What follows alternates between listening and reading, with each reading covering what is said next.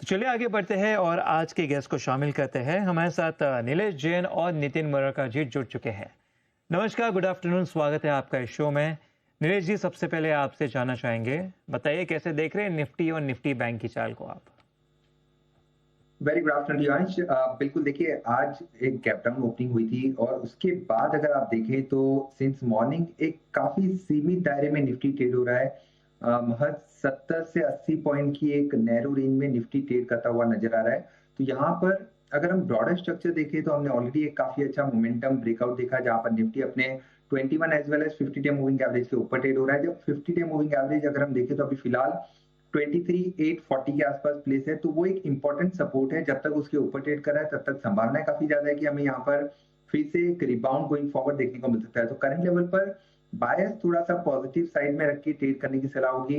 अगर डिप मिलती है 23,900 20,900 के आसपास की, तब वहां पर खरीद के चल सकते हैं 23,800 की स्टॉप लॉस है, क्योंकि हम एक्सपेक्ट करके चल रहे हैं निफ्टी ग्रेजुअली 24,100 24,200 के लेवल फिर से दिखा सकता है। बट अगर हम कंपेयर करें निफ्टी और बैंक निफ्टी को, तो बैंक निफ्टी में थोड़ी स्ट्रेंथ ज्यादा नजर आ रही है, इसीलिए बैंक निफ्टी में एक ट्रेड भी निकल के आ रहा है। तो बैंक निफ्टी में यहाँ पर करंट लेवल पर वॉलेटिलिटी को ध्यान में रखते हुए हम एक बुल कॉल स्प्रेड सजेस्ट करके चल रहे हैं। तो यहाँ पर मंथली एफ एक्सपायरी जो कि 30 जून की एक्सपायरी का ऑप्शन है, 57,600 का कॉल ऑप्शन जो फिलहाल 634 के आसपास ट्रेड हो रहा है, और उसका एक लॉट खरीदना है। उसके सामने 58,200 का एक लॉट बेचना है, जो फिलहाल 350 के आसपास ट्रेड हो रहा है। तो कुल लागत इस पर्टिकुलर स्प्रेड की लगभग 285 के आसपास की है। तो 285 का आउटफ्लो होगा, यहाँ पर स्टॉप लॉस रखना होगा 100 रुपीज का। ये पर्टिकुलर स्प्रेड ऊपरी स्तर पर 400 से 450 तक की रेंज में जा सकता है। तो हम एक्सपेक्ट करके चल रहे हैं कि बैंक निफ्टी जो अपना आउट परफॉर्मेंस है वो यहाँ पे कंटिन्यू करेगा, और बैंक निफ्टी ग्रेजुअली 58,200 से 58,400 तक के लेवल इस सीरीज में, जून सीरीज में फिर से टेस्ट करती हुई नजर आ सकती है। तो बैंक निफ्टी पे बुल कॉल स्प्रेड के जरिए खरीदारी करने की सलाह होगी। बिल्कुल नीलेश जी, और एक बार जरा वापस रिपीट कर देंगे, लेवल्स आपने क्या बताए थे? बिल्कुल देखिए, 57,600 की स्ट्राइक का कॉल ऑप्शन जो फिलहाल 632 के आसपास ट्रेड हो रहा है, इसका एक लॉट खरीदना है। इसके सामने 58,200 का आउट ऑफ द मनी का कॉल ऑप्शन एक लॉट बेचना है, जो 350 के आसपास है। तो कुल लागत मोटा मोटी 280 285 के आसपास की है। इसका इस पर्टिकुलर स्प्रेड में स्टॉप लॉस रखना होगा 100 रुपीज का, और जो अपसाइड में टारगेट होंगे वो 400 से 450 पॉइंट के बनते हुए नजर आ सकते हैं। बिल्कुल, तो ये है राय बनती हुई निफ्टी बैंक पर। चलिए नीलेश जी, जरा स्टॉक स्पेसिफिक देख लेते हैं, और आज आईटी शेयरों में काफी ज्यादा बिकवाली होती हुई दिख रही है, तो इन्फोसिस पे एक नजर डाल लेते हैं। हम देख रहे हैं कि एक्सेंचर के जो खराब नतीजे आए हैं उसके वजह से काफी सारे आईटी स्टॉक्स टूटते हुए दिखे, और सबसे ज्यादा जो है इन्फोसिस पर भी जो है एक्शन बनता हुआ दिख रहा है। 7.5% नीचे आ चुका है। शॉर्ट बिल्डर भी देखे तो 10% ओवर इंटरेस्ट जो है बढ़ता हुआ नजर आ रहा है। मल्टी मंथ लो पर आ चुका है। नीलेश जी, क्या लग रहा है यहाँ से क्या बनता हुआ दिखेगा स्टॉक में? बिल्कुल अंश, देखिए आईटी स्टॉक्स लगातार दबाव दिखा रहे हैं। इन बिटवीन हमने पुल बैक ट्रेड भी देखा था, बट पुल बैक सस्टेन नहीं कर रहा है। तो एक अभी भी कंसर्न बना हुआ है आईटी स्टॉक्स को लेकर। स्पेसिफिकली लार्ज कैप आईटी पे काफी अच्छा खासा दबाव हम देख रहे हैं पिछले कुछ समय से। कोई भी पुल बैक हम देख रहे हैं, फिर से बिकवाली देखने को मिल रही है। इन्फोसिस का स्ट्रक्चर भी अभी भी वीक नजर आ रहा है, हालांकि थोड़ा सा ओवरसोल्ड जरूर हो चुका है। तो अगर पुल बैक मिलता है 1060 1080 का, वहां से यहाँ पर फिर से एक बिकवाली वाला ट्रेंड शुरू हो सकता है, और निचले स्तरों पर 1020 और 1000 तक के भी लेवल फिर से टेस्ट हो सकते हैं। तो ओवरऑल लार्ज कैप आईटीज में मेरे ख्याल से ये शॉर्ट टू मीडियम टर्म के लिहाज से दबाव बना रहेगा, और वीकनेस यहाँ से और कंटिन्यू हो सकती है। बिल्कुल दबाव बना रहेगा, और यह है कुछ अहम लेवल्स आते हुए इन्फोसिस पर। नीरज जी, जरा बीडीएल पे एक नज़र डाल लेते हैं, क्योंकि इस गिरते हुए बाजार में भी स्टॉक में काफ़ी अच्छा एक्शन बनता हुआ दिख रहा है। अब आज ही अगर हम देखें तो एक ही सेशन में जो है 100 और 50 डीएमए के ऊपर काफ़ी अच्छे से निकलता हुआ दिख रहा है। 1 मंथ के हाई को भी छूता हुआ दिख रहा है, और अगर ओपन इंटरेस्ट देखें तो यहाँ पे कुछ खास एक्शन नहीं बन रहा है। पिछले सेशन में जो थोड़े शॉर्ट्स बने होंगे वो थोड़े यहाँ पे कवर होते हुए दिख रहे हैं। तो बताइए नीलेश जी, डेरिवेटिव फ्रंट पे और टेक्निकली क्या लग रहा है आपको? देखिए, डेरिवेटिव फ्रंट पे शॉर्ट कवरिंग हमें देखने को मिल रही है। पिछले 2-3 दिनों में काफी अच्छा रिबाउंड ऑन टेक्निकल फ्रंट हमने देखा, और बिल्कुल ठीक है आपने, 21, 50 एज वेल एज 100 डीएमए को ब्रेक कर चुका है ऊपरी स्तर पर। अब जो इमीडिएट हर्डल देख रहे हैं, क्रूशियल हर्डल, वो है 200 डीएमए का 1400 के आसपास।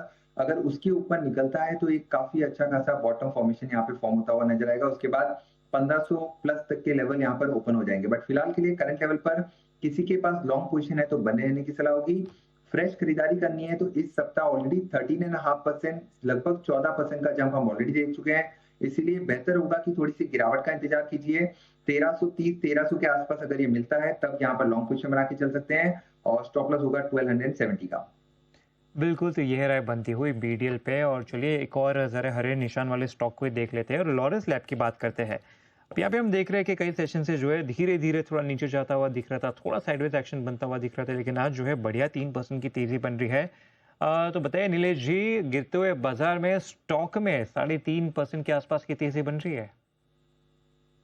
बिल्कुल आज देखिए ये पर्टिकुलर स्पेस काफ़ी अच्छा कर रहा है। अगर आप health care space, hospital stocks, laboratory companies पर नज़र डालें, तो पिछले कुछ समय से काफ़ी अच्छा मोमेंटम यहाँ पर बना हुआ है। लॉरस लैब पिछले 6-7 दिनों के कंसोलिडेशन के बाद आज एक फ्रेश ब्रेकआउट दे रहा है।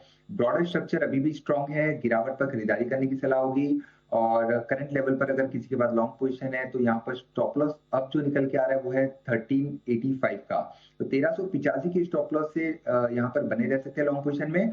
मेरे ख्याल से एक नया रिकॉर्ड है यहाँ पर बहुत जल्द देखने को मिल सकता है 1450 इमीडिएट बेसिस पर, उसके बाद 1480 प्लस तक के लेवल हमें गोइंग फॉरवर्ड यहाँ पर देखने को मिल सकते हैं। बिल्कुल, तो ये है इंपॉर्टेंट लेवल्स आते हुए लॉरेंस लैब पर।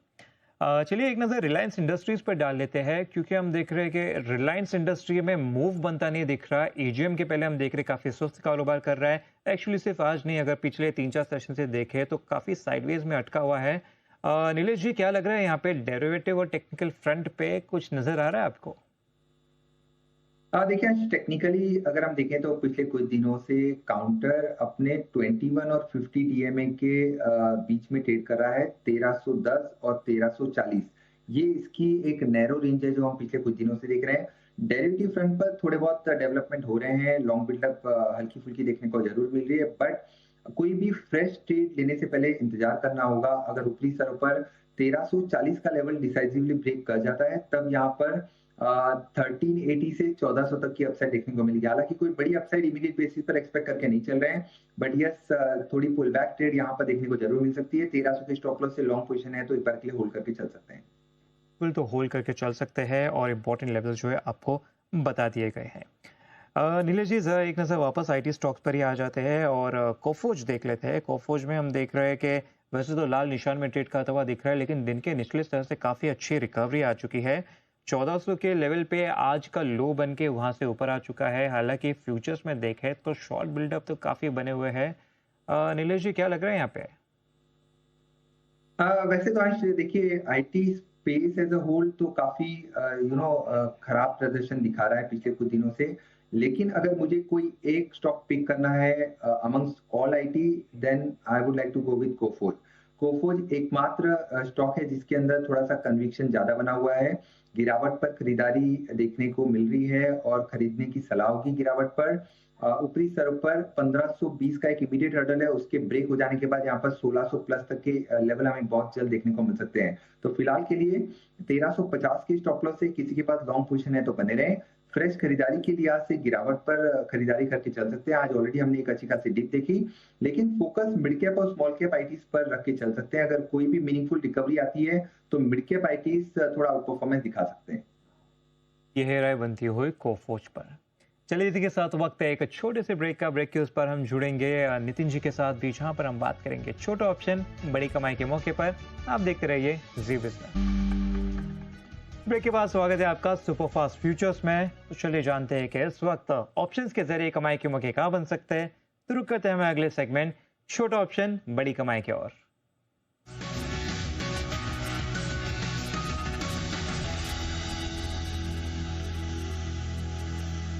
तो एसएमसी ग्लोबल से हमारे साथ नितिन जी जुड़ चुके हैं। नितिन जी, बताएं क्या स्ट्रैटेजी रखे आज के बाजार में? देखिए आज यहाँ पे हम 23,900 की पुट ऑप्शन लेंगे, आपको 87 में मिलेगी अभी, तो करंट रेट पे ले सकते हैं 23,900 की पुट, जिसका स्टॉप लॉस होगा 67, यानी 87 में ले रहे हैं 67 का स्टॉप लॉस। और फर्स्ट टारगेट आपको बनेंगे करीब 115 तक के, और उसके ऊपर 125 तक के टारगेट बनेंगे। तो जैसे आज सुबह से गैप डाउन खुलने के बाद डेटा नेगेटिव ही बने हुए हैं, तो यहाँ पे हम पुट ऑप्शन पे बेट कर रहे हैं जो 23,900 की पुट ऑप्शन है। बिल्कुल, यहाँ पे बेयरिश पोजीशन आती है 23,900 की पुट ऑप्शन खरीदने की सलाह है और बाकी लेवल्स भी आपके सामने आ चुके हैं। इस तरह से जो है आप रणनीति अपना सकते हैं। तो चलिए आगे बढ़ते हैं और नीलेश जी के साथ फिर जुड़ जाते हैं। नीलेश जी बताएं कौन से स्टॉक्स है आपके रडार पर आज? बिल्कुल आयुष, देखिए खरीदारी पर फोकस है। स्टॉक स्पेसिफिक काफी अच्छा मूव कुछ स्टॉक्स में हमें देखने को मिल रहा है। सबसे पहले रेडिको, ये पर्टिकुलर काउंटर काफी स्ट्रॉन्ग अप ट्रेंड में हमें पिछले कुछ दिनों से लगातार देखने को मिल रहा है। आज फिर से एक नया रिकॉर्ड हाई काउंटर ने बनाया है, तो यहाँ पर फर्दर अपसाइड हम एक्सपेक्ट करके चल रहे हैं 3800 इमीडिएट बेसिस पर, उसके बाद 3840, ये दो टारगेट के लिए रेडिको को लॉन्ग करने की सलाह होगी करंट लेवल पर। एंड 3690 3690 का यहाँ पे स्टॉप लॉस रखना होगा। इसके अलावा जो दूसरा स्टॉक हमें पसंद आ रहा है वो है ग्लेनमार्क फार्मा। फार्मा स्पेस में भी एक रिबाउंड हमें देखने को मिल रहा है अक्रॉस ऑल फार्मा काउंटर्स। तो ग्लेनमार्क एक प्रिफर्ड बेट होगी जहां पर 2120 की स्टॉप लॉस से ग्लेनमार्क को लॉन्ग करने की सलाह होगी। ऊपरी स्तर पर टारगेट की अगर हम बात करें तो 2250 और 2280, ये दो टारगेट को ध्यान में रखना होगा और ग्लेनमार्क को भी लॉन्ग करने की सलाह होगी। बिल्कुल, ग्लेनमार्क और रेडिको खेतान में खरीदारी की सलाह और सामने आपके लेवल्स आ चुके हैं। इस तरह से जो है आप रणनीति अपना सकते हैं। बहुत बहुत शुक्रिया नीलेश जी हमारे साथ जुड़ने के लिए, तमाम स्टॉक्स पे और बाजार पर भी अपना व्यू देने के लिए। चलिए इसी के साथ वक्त है एक छोटे से ब्रेक का, लेकिन आप देखते रहिए जी बिजनेस।